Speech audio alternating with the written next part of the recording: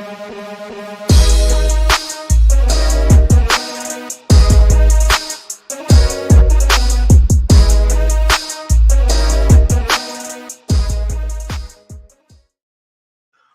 up, everyone? Welcome to Level 7. It is time for another episode of the Agents of Fandom podcast. I'm your host, TJ Zwarych. We've had a busy and fun day this week where we are talking week this week where we're talking lots of different shows, movies, little Stranger Things, little Wake Up Dead Man and Knives Out mystery.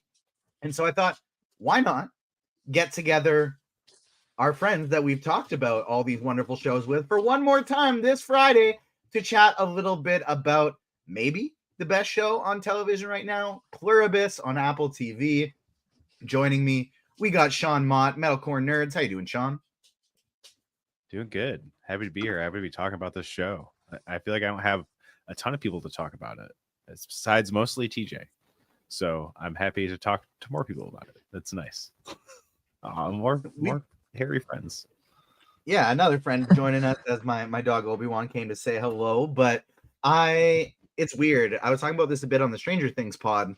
I feel like I have more like in-person hometown friends who are actually watching Pluribus than I do that are watching Stranger Things.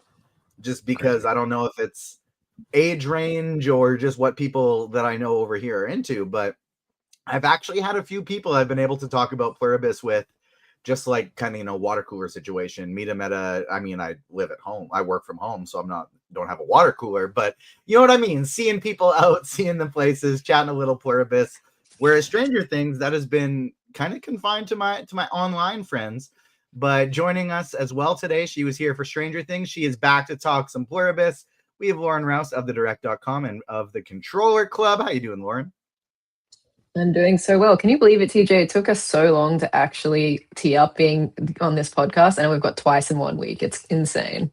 But twice happy in to 1 be week, here. like between our two pods, 4 podcasts together over the last month. So yeah, we're making up for lost time. Yeah, but now, like you said, making up for last time, getting to hang out. It is wonderful. And someone else we actually haven't had on the show in a while, and then she joined us this week to talk Wake Up Dead Man. We have, I can't even say all of Leah's bylines because there are so many of them, but Leah Marilla Thomas. How you doing, Leah? Doing well. I have been the person begging all of my friends to watch Pluribus. I caught up last week, and it's become a problem because in describing the show, I'll just start spoiling everything, so I have to rein myself in.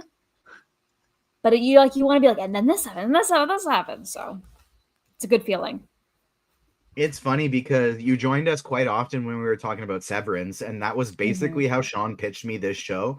Was like, okay, I can't tell you anything about it, but it's the creator of Breaking Bad and Better Call Saul, and it's got Severance vibes. It's not like Severance, but it's got Severance vibes. And I was like, all right, I'm in. I'll give it a shot. And then after one episode, I was like, holy shit, that we got to talk about this on the podcast. And so it is kind of funny that we had you on for Severance and now back for Pluribus, because I kind of feel that same thing of it's not the same type of story or anything like that, but it's very much a puzzle box that gets slowly unraveled a little bit more with each episode. Before we talk about Pluribus, I do want to remind everybody to hit the like button if you're watching us on YouTube. Help us grow this community. Tell your friends about the show. For every friend you tell about the show, I'll give you a high five. I'll shout you out on the podcast. Let us know if you have a friend who you are showing this show to and they follow. Let us know. Show us a conversation. Send me a DM. Send me an email, whatever it is. And we'll get you a little shout out here on the show. Help us build the community. Help us battle the YouTube algorithm. Like, subscribe, hit the notification bell. Follow us on socials at Agents Fandom on TikTok and Twitter, Agents of Fandom everywhere else. Plus, we got a lot of really exciting upcoming content. We're going to be talking about Percy Jackson and the Olympians every week, and that starts next week. We finally have the first 2 episodes of season 2 debuting. I've gotten to see the first 4, and all I can talk about are the first 2, but I'm really enjoying it so far. There's an immediate, oh shit, these kids hit puberty, and they are older now. But once you kind of get used to that, they're all really incredible in their roles. And I'm having a lot of fun with it so far. You can see there's a bit of a budget increase this season in comparison to last season. A little bit brighter. Monsters look a little bit more real, and I'm enjoying it so far. Plus, we're going to be talking more Stranger Things when that drops. We're going to be talking Avatar, Fire and Ash. And I'm not going to say who or what yet, but we may or may not have, well, pending talent approval. That's why I'm keeping it kind of under the lid yet. But we may have our arguably biggest interview yet here coming to the channel over the next month or so. So stay tuned for that. But I want to know from all three of you what you're watching or what you're playing, what you're listening to, what you're reading. We can differentiate it a little bit because all four of us have played this game on this podcast this week. And so, Lauren, I'll throw it to you first for this one. What you've been watching, what you've been playing, if there's anything new. I actually have started a new game since the last time we talked earlier this week. Wow, in the last 3 days?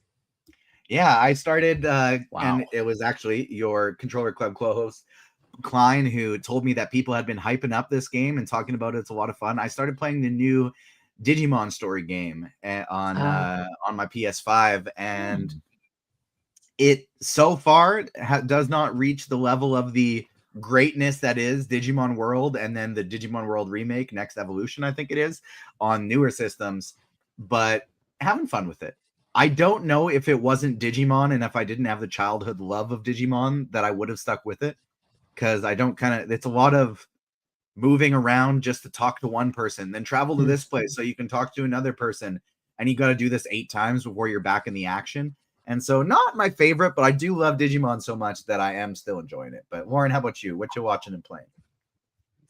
Yeah, well, not too much to update on since the last time, but I guess I've been watching something video game adjacent, which is mainly I'm just preparing for Fallout Season 2, which is one of my most anticipated shows of the year. So I'm rewatching Fallout Season 1 at the moment, and it's just so good. Like, they really hit the mark with that first season and adapting this crazy, like, for people who don't know, it's this post-apocalyptic video game franchise from Bethesda. I think they're up to like 4 games now. Like Fallout 4 was the last one, or Fallout 76.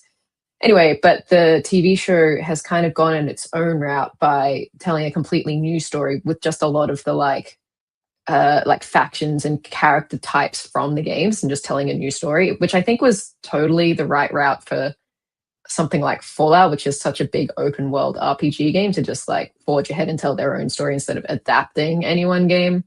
But anyway, first season is really good. It has one of, I think, the all-time best opening scenes in a TV show. So if that doesn't entice you to watch it, like, you'll know straight away from that first scene if you're going to enjoy it. But yeah, really enjoying revisiting that ahead of the new season, which is like 2 weeks away, maybe less. Another one we will likely be covering here on the show. Maybe not every single week. Will depends how busy we get, but definitely every couple weeks we'll be chatting some Fallout here on the show, and I'm sure we will be getting Lauren back on to talk about that as well. I kind of feel like in a similar time frame, the first season of Fallout and the first season of The Last of Us came out, just hitting us with these epic cold opens that were like, if this is what TV is like now, I'm cool with it. If you're going to set us up with some just like drastic shit's about to go down, I'm here for that. A nice little stage setter. Leah, how about you? What you've been watching? Yeah, I'm trying to think of what's new and different. What You're I'm in New listening. York. I feel like you're always seeing a show or some kind. There's got to be. Well, I mean, yeah. Well, I did see. I was gonna say I saw Kill Bill and Kill Bill Volume 2 for the first time in the together format. The whole bloody affair. I think it's called. Bloody affair. Yeah. Cool. So that was an interesting experience. Saw that in theaters, on film, I think too. So lovely. Yeah. What other shows? Tarantino laying into Paul Dano. I know. That was Hate it. obscene.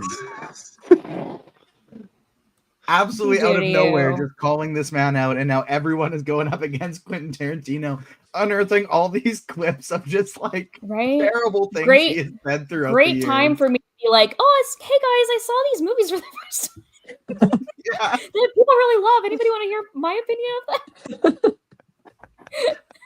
Oh, just ruining it for Um, people. Yeah, I've seen lots of musicals. I saw Heathers recently. I saw 25th Annual Putnam County Spelling Bee, both in the same theater off-Broadway building. I saw Michael Urie and Richard II. That's some fun stuff. I'm out here at the theater. And I played a phone game. I have a new quiz app called Spark. And it's just little puzzles. My listening age on Spotify Wrapped was 76. Can you tell? I was proud of myself. I made it to top 500 listeners for my favorite band this year, and so I was quite proud of myself for making it in there. Shout out to the Beaches, because I was listening to a ton of the Beaches this year. Sean, last but not least, what you've been watching? My Spotify age was 38, and I was so upset about it. I think it's mostly, I know why though now. I used to play in an emo cover band, and it was all from practicing for that. So you hitting the pop punk that's hard. why. You hitting the emo hard. That's incredible. Why. I mean, I do love some early 2000s stuff, but I do listen to a lot of new stuff. I have to for my podcast. So whatever, Spotify. Whatever. So do I. All of my top artists are like current. Whatever. I can't. Same. Mine all were current too. So I was thinking about. I was like, wait a second. What is this? But it's all right. It's fine. Next year will be different. Probably, maybe. I don't know. But as far as I did start playing Dispatch through both TJ and Lauren's. I mean, I've seen it everywhere, but both of you guys talked about it so highly. I was like, all right. I'm just gonna do it. It's $30. I'm gonna get into this, and I am loving it so much.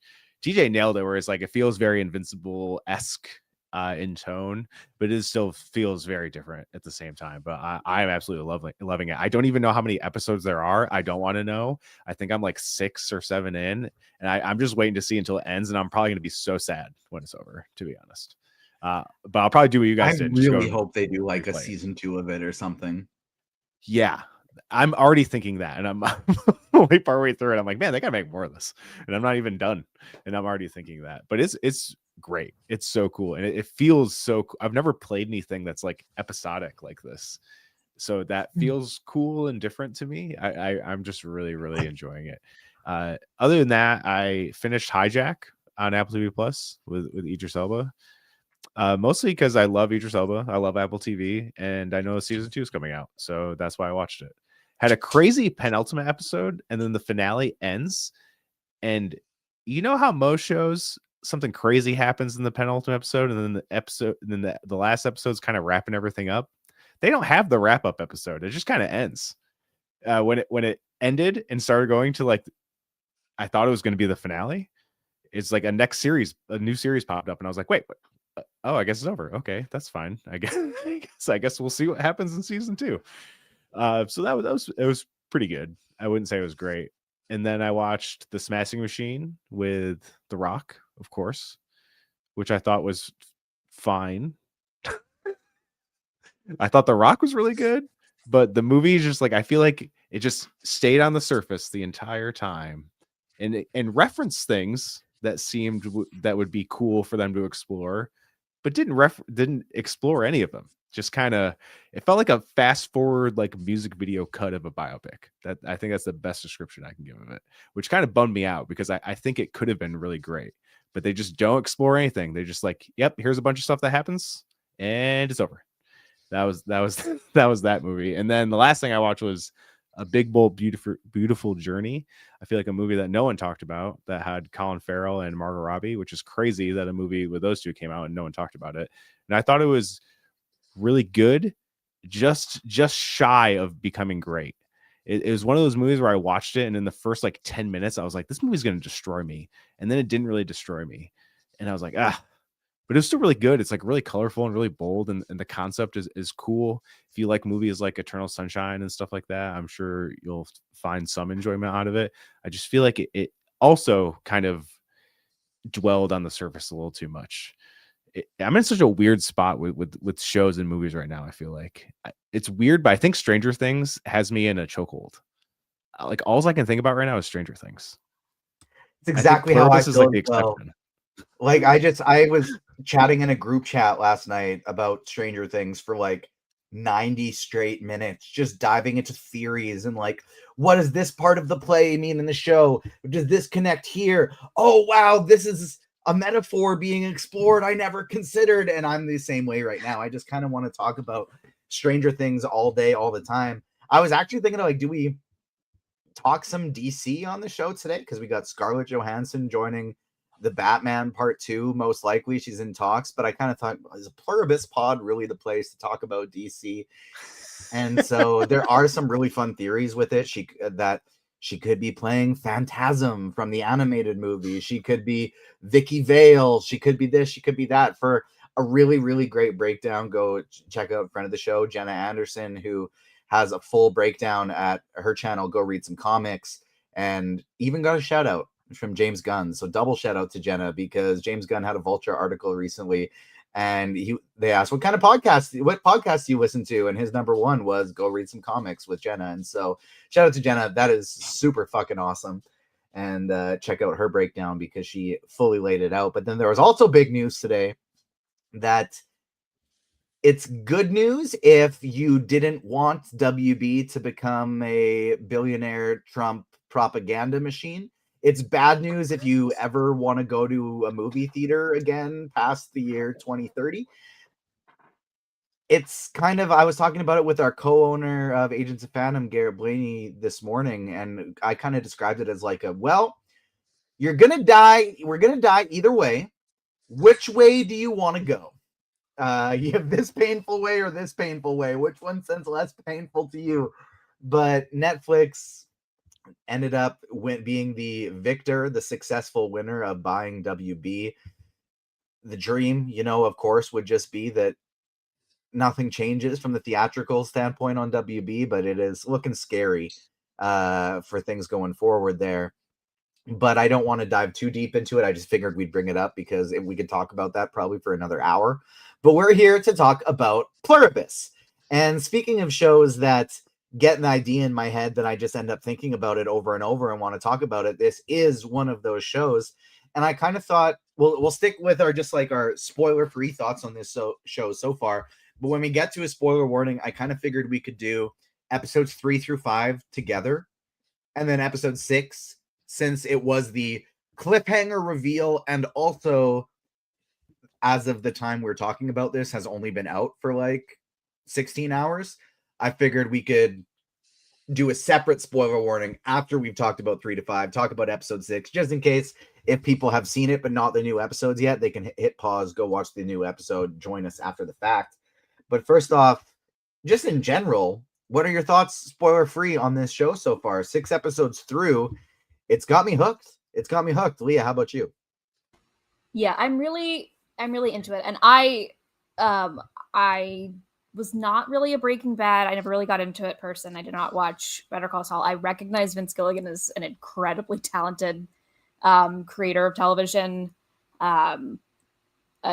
A weird braggy story I like to tell is when I moved to New York, I was staying with someone who was going to watch the last couple episodes of the series in a bar.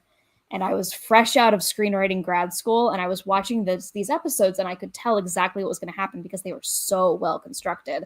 And everyone in the room was gasping. I was like, what do you mean? That was set up 3 scenes ago. It's perfect. This is a perfect show. And yet I still never got into it. So that's my own burden to bear. So I'm a little bit late to this. I binged all of it within the last 2 weeks, and I'm really into it. It is exactly my type of puzzle box. It is exactly my type of protagonist. It's like saying a lot of things that I want to say about the state of the world that I can't even really articulate yet. So that's going to be great to do on a podcast. But yeah, I thought I was prepared, and then I watched this week's episode, and I'm not prepared. That's kind of how I feel as well. I do find it so interesting how, like, I've typically been watching this show not late at night, but what feels late at night for me, just like after putting my daughter to sleep, long day, turn off all the lights in the house, and it's like becoming before bed when we watch it. And I admit there have been times, especially when we'll like binge 2 of them in a row, that like early on in the episode or for parts of the episode, it's not a great before bed show because I'm kind of like, okay, I'll just wait for something to happen again. I'll just wait for something to happen again. And then there's always a point in the episode that I'm like, all right, we're up. And I can't go to sleep for the next 2 hours because I'm going to be thinking about this theme. And so, like, it's such a terrible show to watch before bed because it'll slow the pacing right down to a crawl to just really make you sit in the moment of, like, this would be fucking crazy. It's queasy.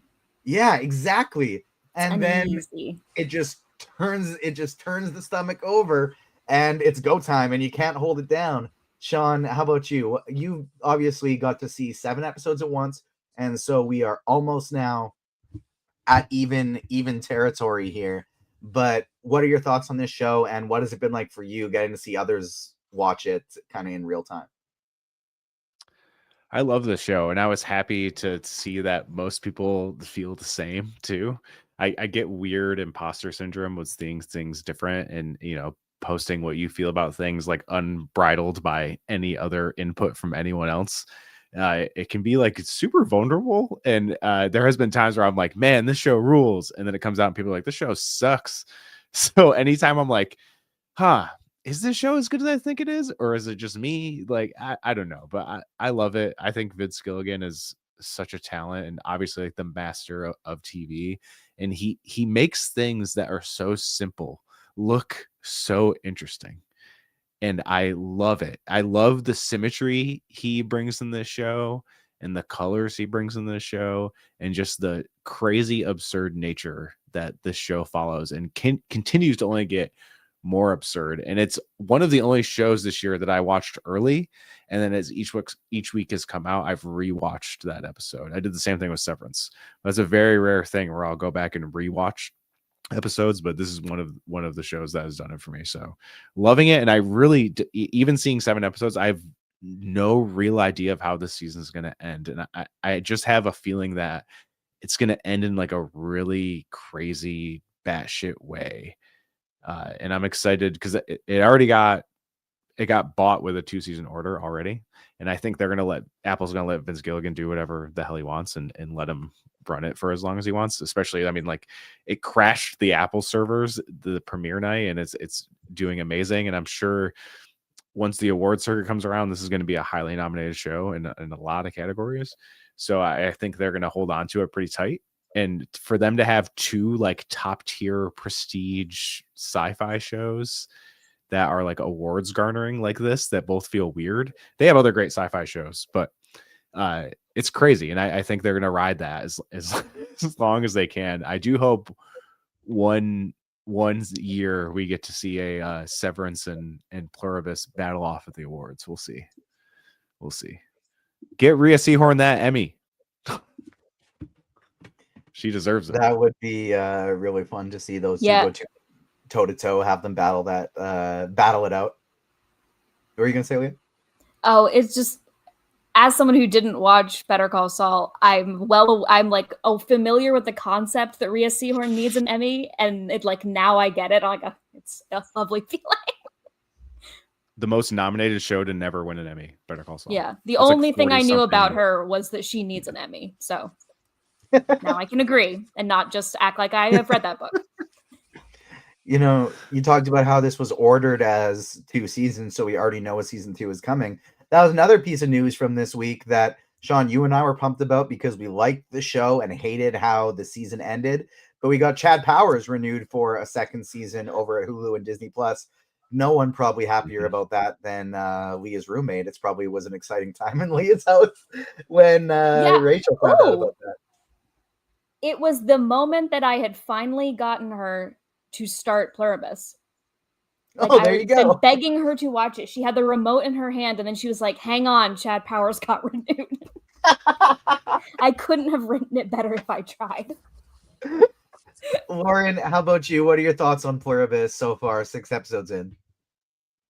Yeah, this is like the surprise show of the year for me. It was like not at all on my radar. And I think it was, particularly in the early days, like the marketing was so vague for obvious reasons now that we've seen it. But I remember, I think just when it was announced, it was at like San Diego Comic-Con, and they had this kind of these strange signs and this strange pop-up with donuts and things. And I was just like, what is this show about? Like, literally, I have no idea. So I didn't really have any expectations for it. And kind of like Leah, I watched Breaking Bad. I appreciated it. I skipped Better Call Saul. But like, I know like that Vince Gilligan is one of the best writers of TV. So I just didn't have any expectations for this show. But then starting it like with a concept-y kind of show like this, it just had me hooked immediately. It kind of does. It definitely evokes those Severance vibes. I think also for me, it has this kind of this mystery that's strung out and kind of like larger than life. I also like liken it to Three Body Problem, which is like a sci-fi show on Netflix that I feel like nobody watched, even though it's from the Game of Thrones guys. But that's another Great one show. of those shows that I thought was really sweet, but I honestly have no excitement for a season 2 right now because I know I'm going to have to rewatch the entirety of season 1 because I have no idea what happened anymore. That's Netflix fair. It does is really very... good recaps. You'll be fine. True, That's true. I feel like I watched that show 5 years ago. Yeah, it is very Same. plot twisty. But again, just like that kind of like high concept sci-fi mystery. I'm really vibing those shows right now, and this is another one, but it's so character driven as well and so interesting and like digging into like humanity as a whole and different themes. So I'm really like loving like latching onto that. It does have that similar like thought process with Severance of like, here is a concept that we are going to present to you that feels wrong and bad. It's going to make you feel scared and shitty, but there's no clear answer about what to do about it. There's no clear, like, it's all wrong, it's all good. There's so much gray within it that you have to parse through, and it's fascinating. It's truly fascinating because it's not only asking, I feel like a great sci-fi project also ponders a morality question in it, and it's often at the best when there is no clear answer. And that's kind of what both of these shows have done, in my opinion. Let's start diving into episodes 3 through 5. So spoiler warning for Pluribus. We'll hold off on the big episode 6 reveal. Now thinking about it, I'm kind of surprised Apple didn't just send like 5 episodes and just leave people on that crazy cliffhanger and just make them wait for the 6th episode. But let's talk about episode 3. This is one that I was actually quite happy that I didn't watch the week it was out. I watched episode 3 and 4 together, which I felt like actually amplified my experience quite a bit because 3 was probably, I think, like the slowest episode of the season so far, where it was essentially Carol just testing out her boundaries. But it was also the most interesting from a putting yourself in the shoes of Carol episode, I thought, because you obviously start out with the flashback to the ice hotel. And Sean, one of the parts that I remember the most from your review was how Carol is a person who didn't appreciate the great life that she had until it was gone. And we see in those flashbacks that she's very much just negative and upset all the time. But I got to admit, I'm 100% Team Carol in this flashback. Fuck the ice hotel. That looked like the worst vacation I've ever seen in my entire life. I hate the cold, so I'm with you. I hate the cold so much, and I live in upstate New York. It's like 2 degrees out right now, so not doing great with that.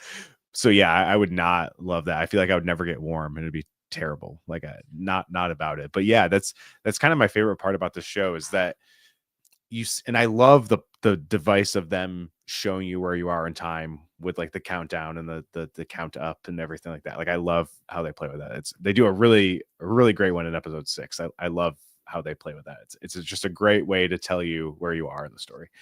And just like one of the most fascinating things I think with Carol is that she's trying so hard to reverse what happened.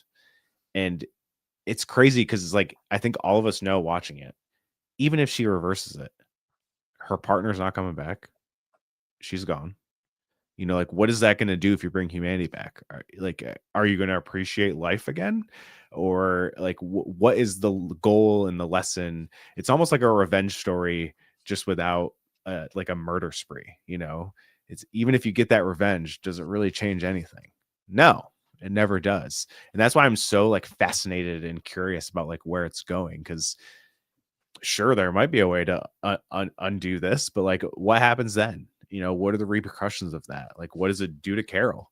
Probably nothing. But it is kind of cool to see her have this kind of like purpose, I guess. She seems, I love how determined she is, and it's cool to how they showcase like how intelligent she is. Like, even though she was wrote novels, but they're showing that she's very resourceful and willing to get her hands dirty when need be. So yeah, I totally agree. Fuck that kind of vacation. That's a really cool aspect. Sorry. That's a really cool aspect of the storytelling within this show is what type of person could think themselves out of any situation? A storyteller, a writer, somebody who's sitting like, if I'm in an impossible situation, how would I write these characters out of it? And I kind of feel like that's how Carol is conducting her investigation into what's going on. She's not investigating like a cop despite driving a cop car. She's investigating like a storyteller. She's investigating of how can I get out of this hole that I'm currently in. And I think that's fascinating. I guess if there's anybody who would want a vacation in an ice hotel, it would be someone who actively chose on their own free will to move from a place with maybe the nicest climate on Earth in Australia all the way to Canada where it's nice and cold. Lauren, are you going to I want to hear your thoughts on the ice hotel.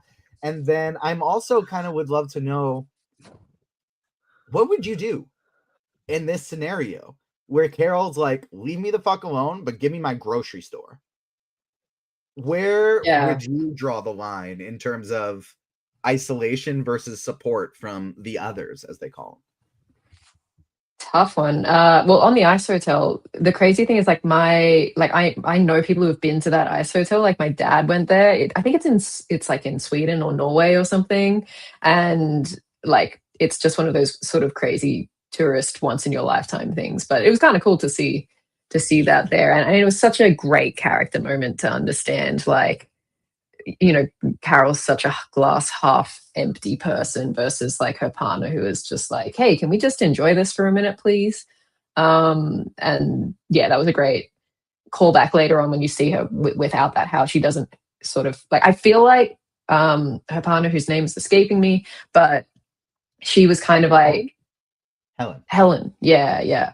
She was kind of like keeping Carol to a certain level where she didn't like fly off the handle as much as she's doing now. And so without her keeping her in check, it's sort of like, what does Carol have now? So that's been really interesting to see. But like, you make a great point, Sean. Like, it's like she's trying to reverse everything, but she'll never be able to reverse the one thing that's like completely altered her life more than anything else, which is really sad. But yeah, in terms of what I would do in this situation, I think that's the great part about this show. It makes you really question as a viewer what you would do, because I see the pros and cons to both sides. Like I would like maybe be in some ways like the other 12, where I'm like, yeah, it's kind of cool to be able to have whatever I want and live that life for a little bit. But at the same time, these people don't have free will anymore, and they've been completely changed by this hive mind, and that doesn't ethically feel right. So I'm not too sure. I would probably enjoy it for a bit and then maybe look at like working on reversing all of this. But in terms of the like the grocery store scene in this episode was just probably the standout for me, just seeing how like willing they were to just do anything that she asked for, particularly knowing what we know later, to bring all this food in and she just has her pick. And I'm just like, I mean, it was shot really amazingly. The scene like played out so great, but it was just interesting what they'll do. What about all the perishables, Carol? Yeah, like is someone maintaining that? Vegetables, you're not going to be able to drink that much milk. Like, maybe just get them to stock all the non-perishable. Just put in an order, like, a grocery order.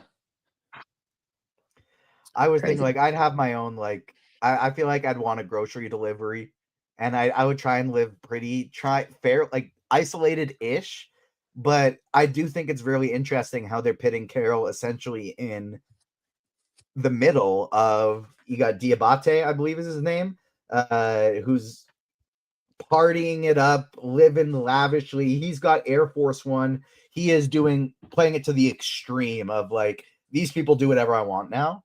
And then you have the guy in Portugal who's like, absolutely, it's Portugal, right? The Manusos, where is it?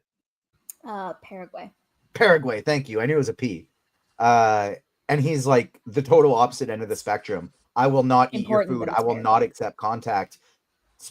Slight spoiler for episode 6. He doesn't know that there's anybody else like him until episode 6, where he finally gets one of Carol's tapes. And so he's on the polar opposite end. Leah, how would you handle it? I think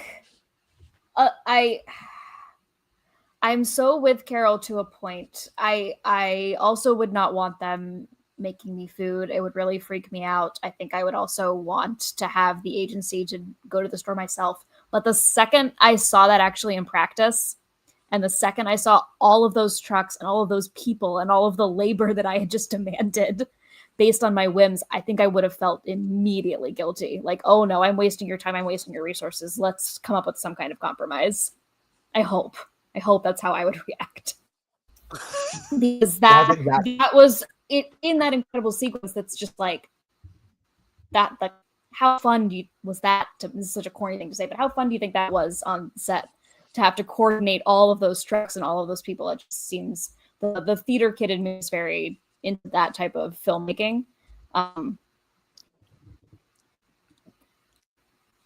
It's too much. It's selfish. Like, I get it, but it is very selfish act.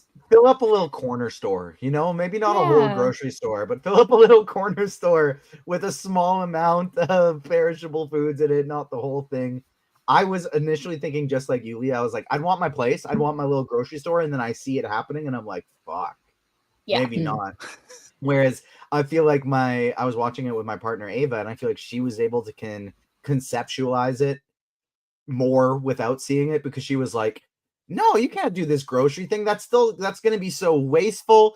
I would just have my own little farm. I'd be doing it on my own. I'd maybe get them help me set up somewhere on a farm. I'd get them to help me, bring what I need there, but then I'd be totally self-sustaining after that. And I thought that would be a very good point, maybe get them to help you set up and then go on your own. But Sean, how about you? How would you handle that if you were in Carol's situation?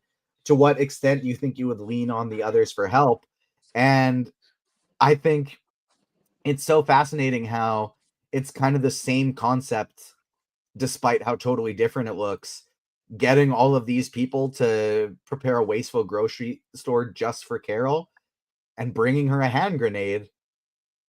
While the hand grenade seemed exponentially more insane, it's actually kind of less insane when you think about it, because of the resources used and how important those resources are to those people right now. The hand grenade's kind of less insane when considering how wasteful the grocery store is.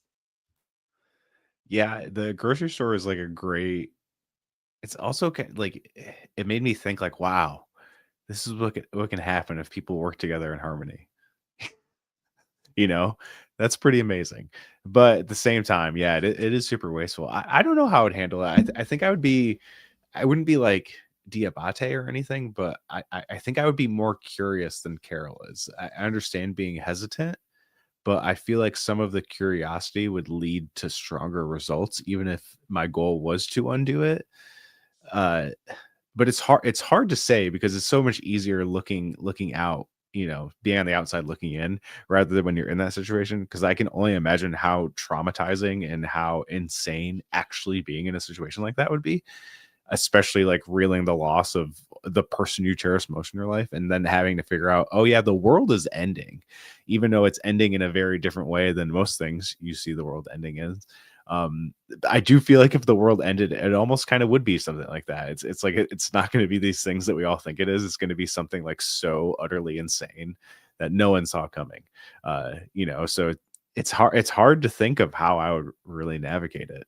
But I don't think Carol meant to make it so wasteful. I also think she's learning how literal this like whatever they are, alien, parasite, whatever, how literal they are. And obviously like the whole ending of this episode is the biggest exclamation point on that. And she's like, I didn't think you'd actually bring me a hand grenade, so I think it was kind of a fault of both of them, as far as communication and just their nature of being like, oh, you need this, okay, we're going to do it exactly as you said and no other different way. It's I know like a lot of people have drawn the AI metaphor, and I know Vince Gilligan has kind of been like, I can see that, but that's not really the purpose. But it definitely does kind of feel like, putting a prompt into an AI thing, it's going to give you exactly what you asked for.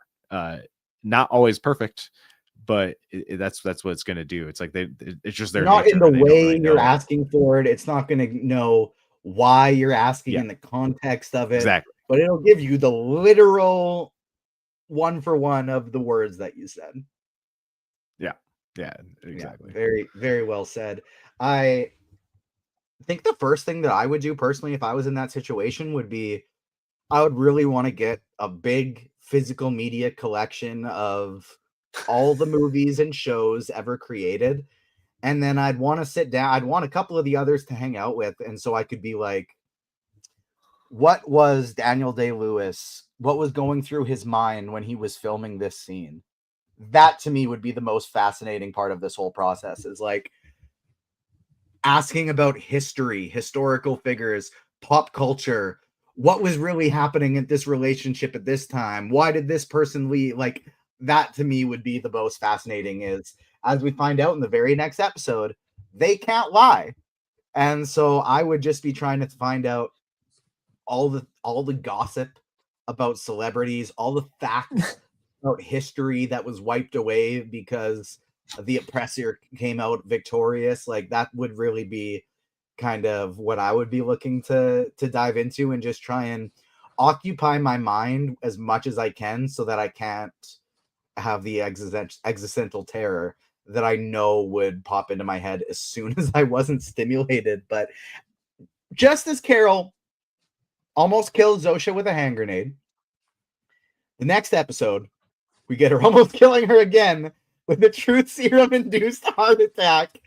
I thought it was hilarious that they went the truth serum route, because one, if I'm a writer of science fiction and or fantasy, that makes so much sense that was where Carol's brain would go, of like, truth serum doesn't exist, but sodium pentothal, that's what they use in every single project for like hey, it makes you more suggestible. So let's slip that in there. Leah, I will throw it to you first, and I kind of want everybody's takes on, this episode and concept as a whole, as I will run away and you guys keep talking in my absence for a second. But I thought it was brilliant. One, the whole finding out they can't lie and having Carol do the breakdown of the rules. That seemed like a really smart storytelling device to me, in terms of, this show has so much going on. Everybody's fucking confused. Here are the constants you can know to be true, and have Carol kind of act as the audience in that one, of like, what are the facts? What do we know? What are the rules that this universe is going to abide by? What did you think of her plan in general in this kind of fast-paced episode of Carol putting it together and Zosha with a death scare in back-to-back episodes? Yeah, this is I think my favorite episode of the season so far, for that reason. It's such a writer thing to do. And I'm very jealous of the fact that she has whiteboards in her home. Whiteboard. Really bad. To just So like good. start, what do we know? What do I know? She's like plotting them out almost, making jokes to herself in the notes. Such a writer thing to do. Yeah, wait, what else are we talking about here? And then, yeah. This is the one with the Jeff Hiller scene, correct? Is that on the phone? The Oh, guy, yes, no, the the mayor. not the mayor. Oh, The guy that she questions about her books. Yeah, it's this episode. yes. Oh, yes. yes. Great scene. The guy in the bike uniform, the bike gear. Yes.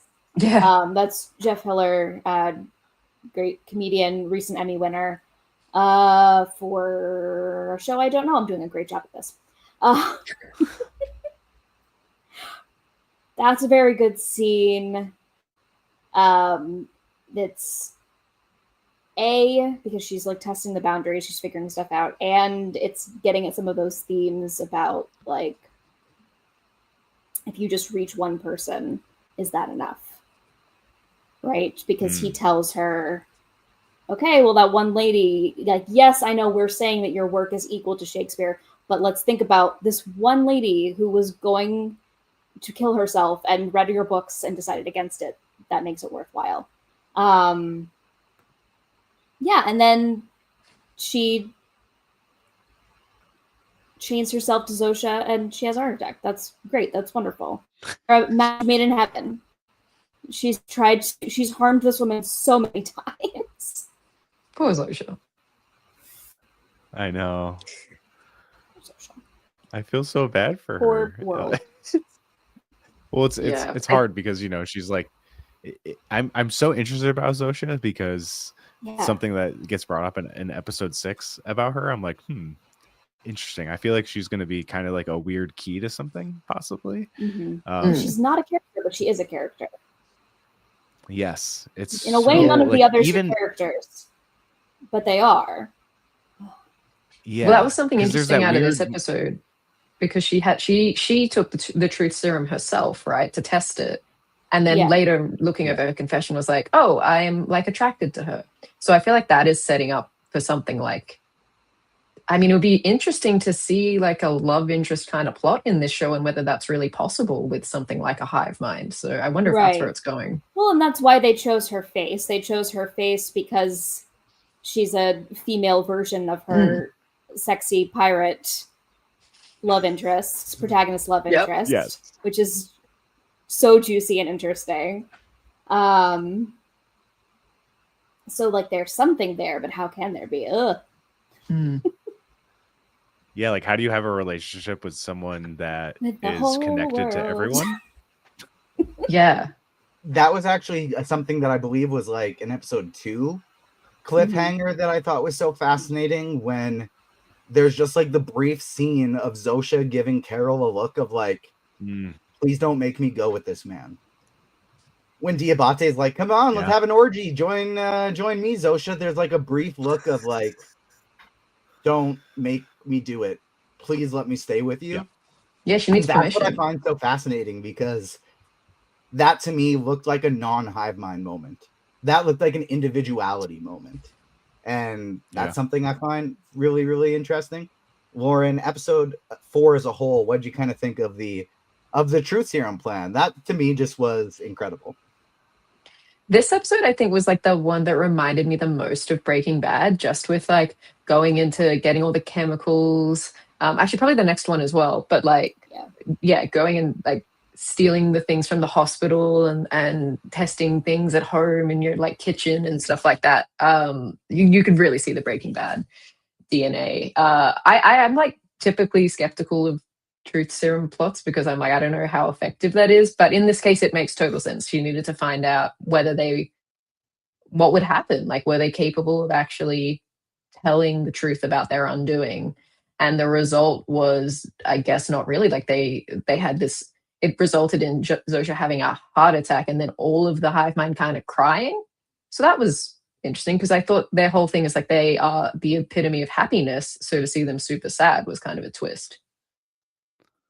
It is so interesting the effect Carol has on them, and it seems like just unlikely that none of these other people would have extreme emotional reactions that would then cause the hive mind to freak out. Like all other 12 people in the world are really just handling this really healthily and easily and not making them freak out. That seems weird to me as well, that Carol is the only one that has made this shit happen. Sean, anything else on episode 4 you want to mention before we kind of peel it over to, I guess we're kind of already in 5, right? Because we've talked about everything from about the whole crying situation where, you know, she talks to one of the other people and she's, don't make my kid cry ever again, yada, yada, yada. But the big stuff from episode 5 is figuring out what the hell this cliffhanger is. What's the deal with all this milk? And I genuinely had a period of time where I was sitting there thinking, oh, it is milk that they were drinking. What if the milk is what connects them? What if the people who died, like Helen, what if the people who couldn't connect to the hive mind are the people who are lactose intolerant?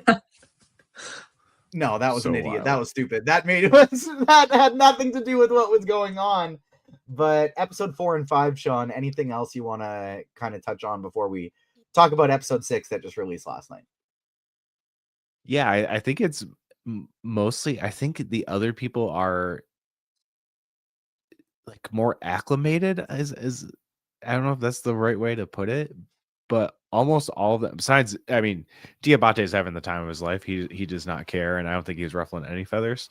But the others, they all seem to have most of the others, the ones that are like kind of cooperating and you know, communicating with each other and stuff, is that, you know, they all have like families that were affected by it, but they still have them. And I feel like it's like a weird connection that they can't let go of. And I can understand that. Like, it's so weird. Like, it's easy for Carol to point out, oh, that's not your son. Oh, that's not your partner, whatever, because she lost hers. I'm sure she would feel a little different if Helen lived. And I think that was such an important plot point to happen, to make that a thing. Not only for her, you know, character journey in this, but to make her even more different from everyone else, because they all have like something to hold on to still. And it goes back to the consequences. Like, if this gets undone, like, what happens to the people that are part of the joining? Like, there's got to be something. Like, is it like weapons effect where, you know, like they're in this like crazy haze for who knows how long? Does it kill them? Like, who knows what happens after this? You know, we're dealing with like extracurricular or extraterrestrial forces that came in and are infected the world, you know. So it's hard to tell like what the effects of that would even be. And I think you guys are both talking about how, like, if there's a romance thing, like, what does that do and how do they handle that in that show? And that could be a big thing to kind of change Carol's thoughts on it as well. If she gets connected to someone romantically who is connected to everyone else, does that make her rethink her whole mission? You know, it's interesting. It's interesting to see how it goes. But yeah, I mean, those are the biggest things in that, like, full investigator Carol in these 2 episodes that I loved. Kiki and Luca bringing up in chat, bringing up a great point, and that was something I was going to bring up as well, where I get why Mononos is kind of on Carol's page, because he has a mom, but as he says right at the end of the episode, my mom was a bitch. And that just was absolutely hilarious. I thought that, yeah, he still has this person who is related by blood to him, but it's clearly not a person that was actively in his life. This is not a person that can step in, call him son, and have him change his mind. This is a person that he had already separated from before they joined the others and became part of the hive mind. We get the cliffhanger at the end of episode 5 that I kind of had a tough time thinking it was anything other than people. Like, when Carol just like freaks out like that at the end of the episode, I kind of felt like, all right, well, it's got to be people. Or what could be worse? What could make her freak out more than that? And I guess freeze-dried, vacuum-sealed, chopped-up people parts. Leah, that actually, they somehow managed to have that effect on me of like, okay, that's worse than just people, I guess.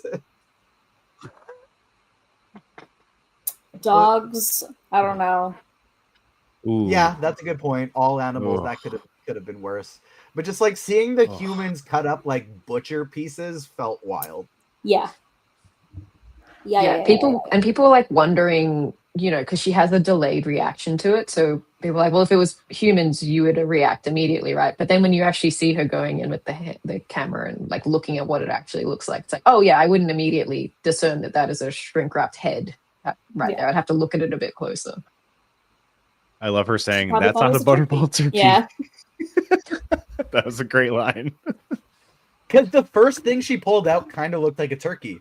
Yeah. The first thing she pulled out kind of looked like a turkey. And so that was funny. I actually had the thought, like, what is that? It kind of just looks like a turkey. Oh, shit. And so when she went back to it and said, that's not your butterball turkey, that's when I all of a sudden was like, damn, that I love how Carol acts as the voice of the audience in many of these parts, because that was one of those thoughts where like I had the exact same one.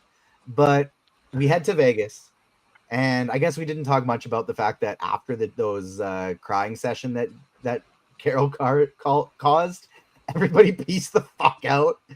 It's like, Carol, we love you, but we're gonna need some space. I never remember how to pronounce his name. Manusos. He would do, I feel like would do anything for that. He wants these people to get away from him so damn bad, and apparently all you got to do is make them cry, and they're gonna get out of there. But Sean, we get in kind of a fun scene here when she visits Diabate in Vegas. He's making everybody put on a performance. I feel like I would get bored and would have trouble with that so quick. Like the fact that I know that they're faking. I know that these people don't actually want to be hanging out with me, or at least that's what my anxiety would be telling me, that they're just doing this for you and they would rather be somewhere else. And you kind of see that immediately as the facade is broken and they start cleaning everything up. I couldn't be living like Diabate. As much as I'd want like a accumulation of things like physical media of music and movies and TV shows and comic books, things like that, maybe I'd want to fly around on Air Force One. I don't know. I wouldn't be able to get people to fake being friends with me. That would be too much. Where do you kind of stand on Diabate's pleasure-filled lifestyle he's going with? Yeah, it's kind of gross. Like it feels so wrong, because you know these people are going to say yes to whatever you want, and you know, like like it's just gross to me, you know. And especially, like you said, it's like there's no way I could play this like high stakes poker game knowing that they all know what's happening. They all can see my cards. They know what's happening, and they're just like letting me, like, what's the fun in that? Like the fun in like games and sport is the kind of unpredictability of it. Like it just would not feel fun. I hope they kind of dive into like his backstory and like what makes him eventually, because I have a feeling he probably lived a very lonely life and he's trying to fill that void this way. And I think that'll make his character like a little bit more tragic than at the surface. So I hope they get to that. I think that would be really cool. But yeah, there's no way I could live like that. I mean, it'd be kind of cool to like live by yourself in a crazy hotel resort in Vegas, I guess, sure. But I would probably just hang out by myself, you know, just chill and enjoy the solitude, I guess. But I mean, that's kind of maddening too. So I don't know. There's no real win. I definitely wouldn't be asking these people to do all this stuff, though. It feels really gross to me. It feels really gross, and yet at the same time, we see in a couple scenes later, and Leah, I'm very interested in what your take on this would be, because it feels like I'm on the same page as Sean. It feels like it's gross the way he's treating them. It feels very slave-ish, and the way they don't have any agency to say no, it seems like. But then at the same time, we see Carol separated from them for 2 episodes in a row now, or an episode and a half. She is on her own. And she has tried to essentially torture this information out of them that Diabate got just by seemingly being kind and asking politely. And so we view kind of Carol as the protagonist of the series, Diabate doing this gross shit, yet he's the one that's able to maintain this relationship with them and actually get the valuable information. Yeah, it's so fascinating. Like he asked what Zosha's name was. He sees them as individual in a way that is like polite and problematic at the same time, in a way that I think is very interesting. Because they can't say no to him, but also if anyone in the world wanted to say yes, then everybody does. So like that's a tricky thing. It's so complicated. And then there's just these little moments that I think are so cool with him, like when he copies her making avocado toast, or when he calls her out on things like not asking Zosha's name and not just asking about the milk and driving a cop car. I have like a little bit of respect for him. I don't respect his lifestyle. Well, it is fascinating how much of opposites he and Carol are, because, and Lauren, I'll throw this to you next for your thoughts. We have Carol going, I don't want anything from the others. I want to be self-sufficient. This is wrong. This isn't how things should be. And therefore, I want to do it on my own, as she constantly is causing harm to them. And then we have Diabate, who, it's so interesting how anything that is like temptation, anything that is pleasure, he needs to overdo. He needs it at 10, because it kind of seems like he hasn't gotten it before. And there are certain parts of living in luxury, like eating an avocado toast with an egg and the bacon on it in such a way he hasn't even considered eating like that before. Whereas for Carol, that's just the norm. She's had all of these things before. She's been rich. She's been powerful. But she doesn't know how to form a basic relationship or be kind. It's such an interesting dynamic. What are your thoughts? Yeah, that's, again, like just some great character dynamics that really make this show shine.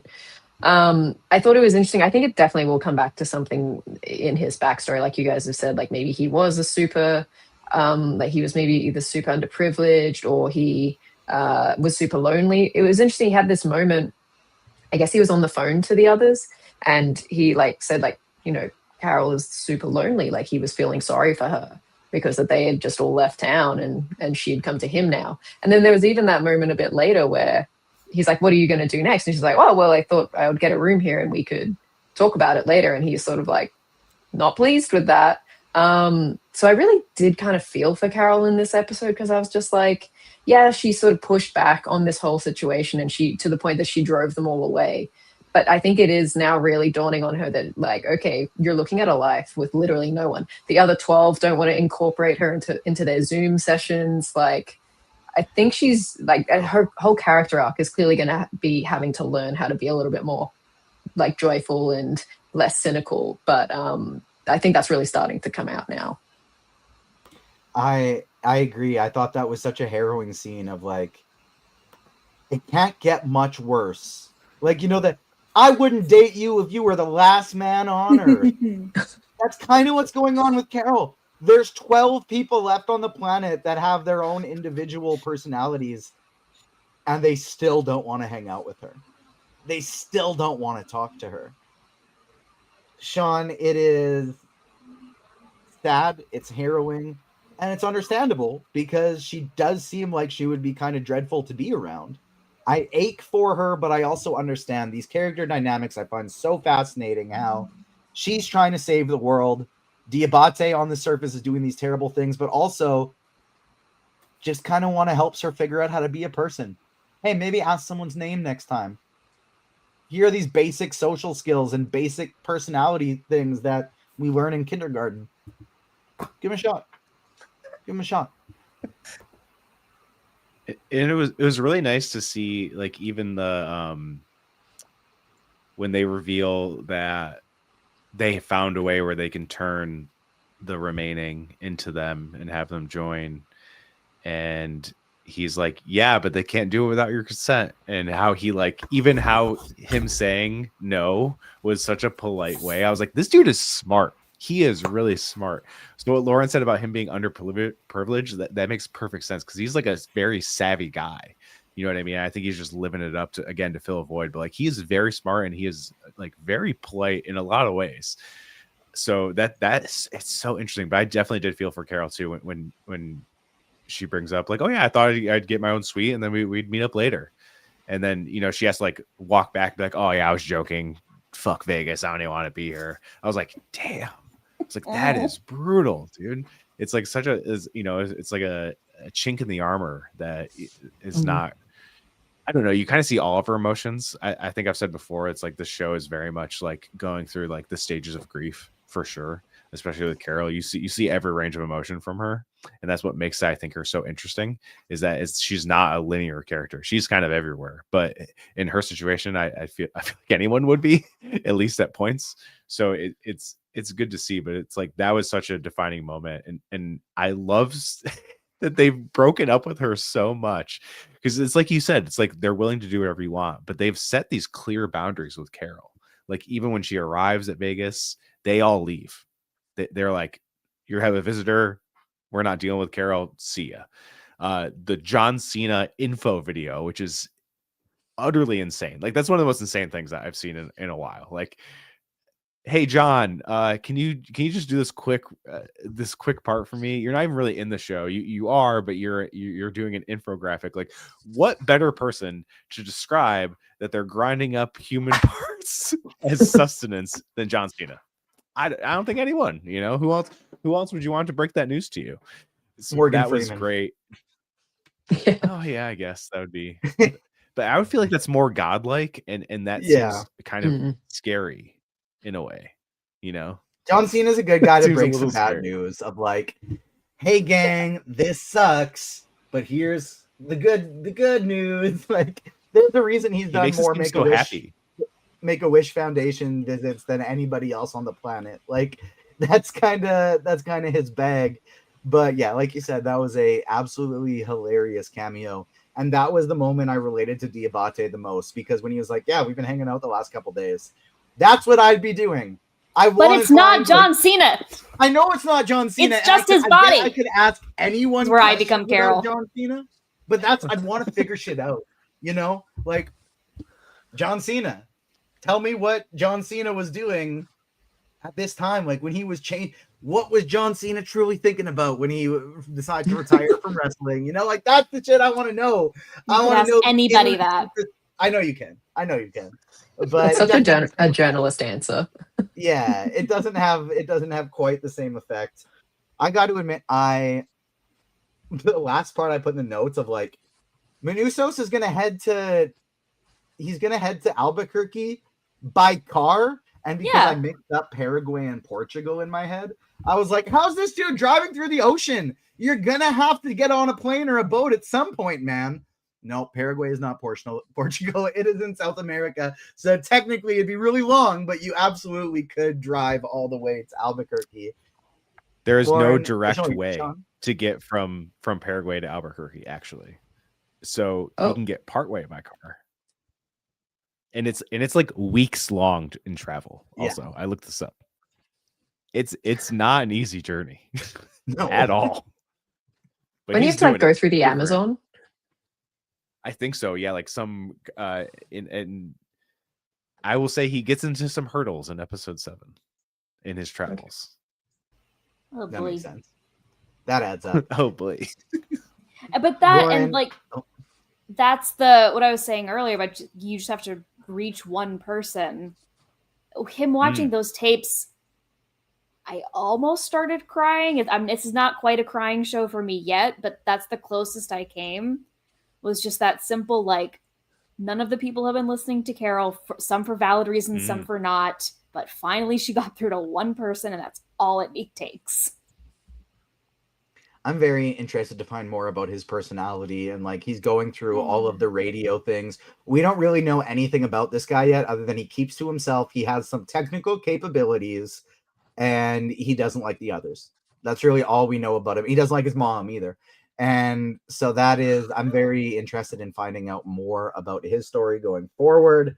Lauren, any final thoughts from Pluribus episode 6, or shall we start concluding this thing?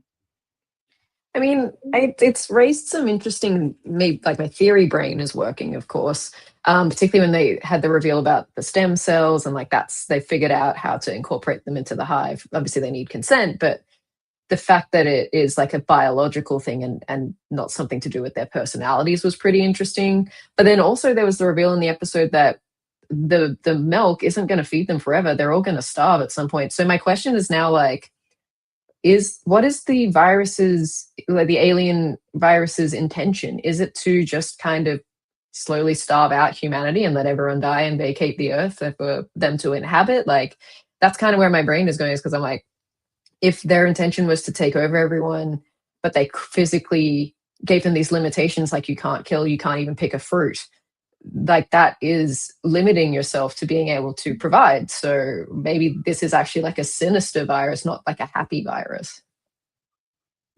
And it just makes you feel that way on your way out as humanity slowly shrinks. Everybody's happy until there's none of it left. On the kind of note of repopulating, I don't think that this is where this story is going to go, but the first place my mind went when early on in the season, Carol and Helen talked about how Carol has frozen her eggs. That was my first thought process of like, all right, let's repopulate humanity with versions of ourselves that are not part of this virus. They can also get her stem cells from there without harming her, I'm pretty sure. Ooh, I didn't even think of that. Yeah, so she might be screwed either way. I think that I don't know if freezing the eggs is going to come back somehow. Yeah, I don't know if they would have to like fully fertilize one or if they could just get it from that genetic material, but that is a non-invasive way to get something at least pretty close. Ooh, very interesting. I hadn't thought of that, but they need her consent. Would they need her consent if they're not actually going into her body? Yeah, it wouldn't be. I don't know. Look at that phrasing. Go back to the hotel. See how they phrased it, because they're so specific with their wording. All the lawyers survived.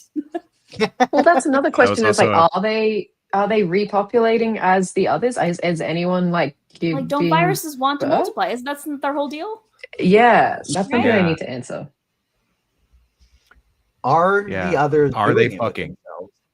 Yeah. Are they fucking? This is the question. Are the hive mind on Pluribus? Are they fucking? Is that masturbation? Oh God. Yeah. These are the questions we need answers to, Vince Gilligan. Let us know your thoughts. Are the others in Pluribus having sex with each other? Is that consensual sex? Is it masturbation? Let us know what you think. At Agents Fandom on TikTok and Twitter. Agents of Fandom everywhere else. Hit the like button on the video. Help us grow the community. We need more people to give us answers on the sex debacle within Pluribus. It did. Episode got a little hornier than any of them this series so far. We got some bums. We got some suds all over the place. We had Joette, who's going to join at the end until they realized that Carol was showing up. That was awesome. Sure. That was so fun. You're just like, Joette, you want to join? Sure. You want to join? She's and like down. that is the part of like they were down. That felt like Diabate being like, I want to include everyone, but it's still that everyone's the same person. Diabate, he has a harem. That is wrong.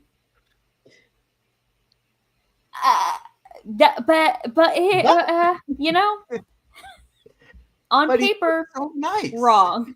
He's so nice. But he Leah, called where Carol can a people cock. find you on socials? Where can they find your work? Leah Marilla on all your socials. You might have to knock, but I'm there. Most likely writing at the Mary Sue, writing in Cosmopolitan, plenty of other places. That's what's up. In this dark corner, because it's gotten dark as I've been sitting here. I like to, speaking of Stranger Things, which we talked about earlier, when Eleven is asking Max some questions, and Max is like, I can't remember if this is season 3, I think it is. And Max is like, let me get you one of my mom's Cosmopolitans. I am imagining that even though this was in the 80s, in universe, they are reading your article, Leah. Definitely. That's what I'm thinking about. It's canon. It's canon. Canon. Leah is canon in the Stranger Things universe. Lauren, where can the people find you on socials? Where can they find your work? Where can they find your pod? You can follow me at lrouse19 on socials, mainly TikTok, Blue Sky, Twitter. I'll never call it X. And also, writing at the Direct during the week and hosting the Controller Club podcast on the weekends, and they're also on socials. Sean, how about yourself? Where can they find you? Where can they find the Metalcore Nerds pod? And do you have any exciting stuff coming up on Agents of Phantom in the next bit? Yeah, so I should have a Fallout review coming in the next few weeks, and maybe a Hijack review for season 2. We'll see. We'll see if I get screeners for it. I know they're out there, and I just finished. That's why I finished season 1. I was like, I might as well get into it and get early. I do find it so weird that in this line of work, sometimes you can watch things from next year in the year before. It is kind of trippy. Yeah, cool. I still haven't watched any of the shrinking screeners yet, but those are just like burning a hole in my brain waiting to watch them. But like, I kind of feel like it's too early. Yeah, I don't want to have to sends wait it really early sometimes. that long. Very early sometimes. Shrinking is like my favorite show, and so I really just want to dive into it. But like much like Sean, you'll have some TJ reviews coming to Agents of Fandom in the next couple of months. I have Wonder Man coming in the next couple of weeks. They actually already sent out the screener request for that one, so I think I'll get to watch that within the next couple of weeks. And so looking forward to dropping a Wonder Man review. Looking forward to dropping the Shrinking review. And right now you can find our Percy Jackson and the Olympians episode 1 and 2 spoiler-free review from the wonderful Brandon Moore. We got some great interviews coming to the website and the YouTube channel shortly, so make sure you subscribe on YouTube, wherever you get your pods. And we also got some exciting stuff coming up for Percy Jackson. We have some great guests lined up. Episode 1 and 2 for the premiere. We're going to have my fellow Canadian and our friend Arzu Amin joining us for episode 1 and 2. Episode 3, who's joining us for episode 3? How am I already getting this mixed up in my head? But I had the whole list of I planned all the way ahead to episode 5, so we do have some exciting stuff coming for it. But episode 3, we have Noah Reed of Reads of A Bite of Pod.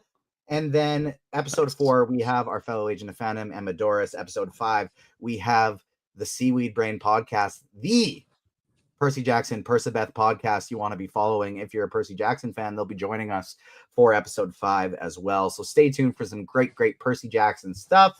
That'll do it for today's episode of Pluribus. We'll take the weekend off. We'll be back with some more content here on the channel for you next week. So stay tuned for that. Thank you so much for joining us, everyone. On behalf of myself, Sean, Leah, and Lauren, we will see you next time.